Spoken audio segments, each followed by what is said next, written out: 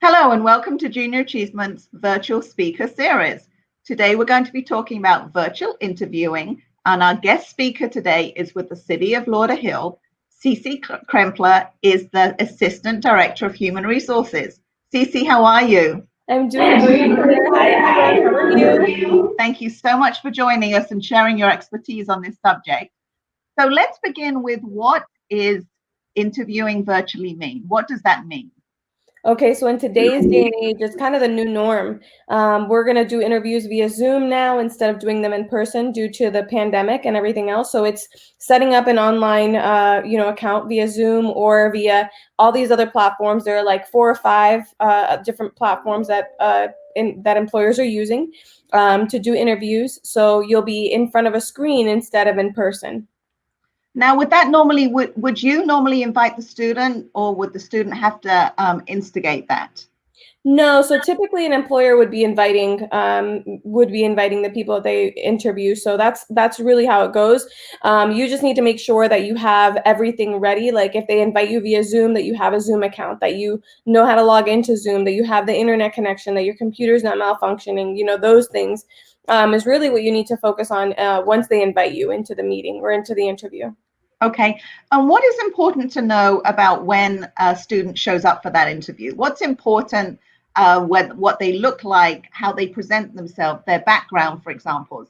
So there are a lot of important things that you need to take into account with a virtual interview. Before, when you were showing up to the interviews in person, it was just, dressing appropriately, bringing your resume. Now you need to make sure that you have all those things with you, but also making sure your background is clear, making sure that noises are as canceled as possible to your surroundings, making sure that you have that you're prepared for the interview. So you have your resume, you have questions you're going to ask that employer, that you're dressed appropriately. I know a lot of people think, oh, I just have to, just the top part of me needs to look professional, but you never know if you have to get up and oh, hold on 1 second, I do have that project, or I've worked on a project like that before. Let me go ahead and grab that. They can probably see a lot more than you think. So for me, it would just be making sure your internet connectivity, making sure your background is clear, making sure you're prepared, you have a pen and notepad, you have everything that you need to write notes if needed or anything like that. Now, through an interview, it should be the interviewee, the student, who's doing most of the talking, correct? That is correct, but I would make sure that it's that the interview also flows, so that you're not having informal conversation too much, but just make sure that they try to get to know you as much as possible through the interview questions that they're asking. So just answer thoroughly. You should be the one talking the most. There shouldn't really be too many lulls unless they're waiting for for you to finish to answer a question, or unless you're frozen, which happens unfortunately with virtual interviews. But if that happens, you just kind of go with the flow, repeat yourself if you need to. And like I said, just try not to be too informal with the conversations you're having. Answer professionally. Try to let them know who you are a little bit through your answers. Now, is that okay? I mean, how do we react? How should the students react if something like that happens and the screen freezes?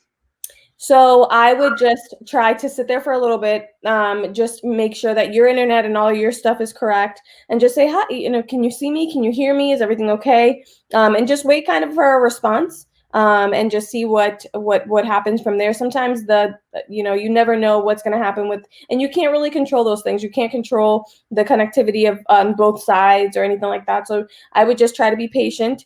If you want to if you've been trying and saying, hey, hello, can you hear me? Can you see me for a little bit? Probably log out, log back in, see if that helps.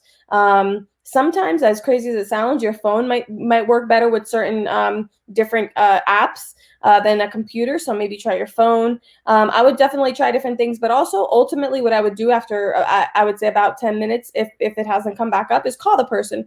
Most likely you'll have a number, you'll have a contact information for whoever set up the meeting or set up the interview. So I would give them a call and say, hi, I'm on and I can't see you, I can't hear you, I think we lost connection. How can we get back on? Does a virtual interview really show someone's personality? I think you still can show your personality through a virtual interview. I know I think a lot of people are very concerned about those things, and it's hard because you don't get that initial handshake. And I don't know that even when we go back to regular interviews that you'll get that. And I know that that was a big part of what we were all taught in terms of first impressions and all those things. You can absolutely still see somebody's personality through a virtual interview. I think you just have to make sure that you are, like I said, answering professionally and thoroughly so that they get to know you a little bit. Okay, great. Is it okay to wear headphones? What would you recommend? I think, yes, I think absolutely headphones are absolutely okay. I think it's something that you see more and more. It just really depends on what you're more comfortable hearing or seeing. I don't think that's out of the norm in any way, shape, or form. That's perfectly fine. Okay. And in terms of taking notes, that's okay to take notes during the interview? Absolutely. I always have a pen and notepad ready. I would just say something, you know, I would say, hey, you know, I have my notebook here in case I'm taking notes. So if you see my eyes kind of veering off, I'm just taking notes. So I would say something ahead of time instead of just kind of looking down and not looking at the person or looking at the camera. So just let them know that, hey, I'm taking notes. Do you mind? Some interviews, I have done this myself. My interviews are not public record. So interview questions, I'm sorry, are not public record. So if you're writing down my interview questions, I always ask politely that you give those back to me. So if somebody tells me, oh, can I take notes? Absolutely. I would just kind of forewarn them that please don't take notes on what I'm asking you. Just take notes on maybe a response, or if you have a question for me and I give you a response back, that would be great. Okay. And it's okay to pause and say, let me just have a moment to think about that?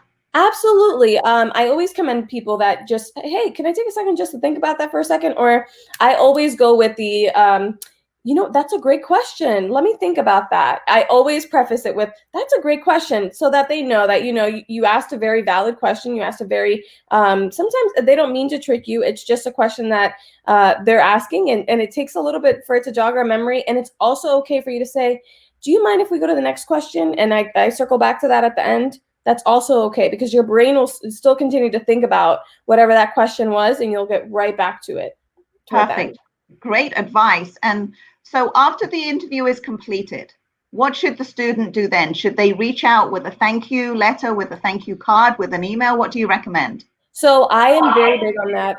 I strongly believe in thank you emails or even thank you cards. The thank you cards are more personalized. I haven't seen those too much in the last couple of years, but definitely an email at the very least. Make sure you jot down their correct email addresses. Make sure that you are getting that contact information correctly, so that way you can send that thank you email, because otherwise it's not gonna go anywhere if you don't have the right information. So I would say a thank you email. I would have a couple people read it before you send it out, just to make sure that nothing's misspelled, punctuation's correct, that your grammar's correct. There are no misspellings of names. I would Google names just to make sure that there are no misspellings of names and those things. Employers really take a look at that, and it really puts somebody above others when they send a thank you saying, hey, you know, I appreciate this opportunity. Here's why I think. It's also an extra opportunity for you to sell yourself and say, hey, here's why I also think I'd be a great fit. And after this interview, it's even more solidified, and here's why.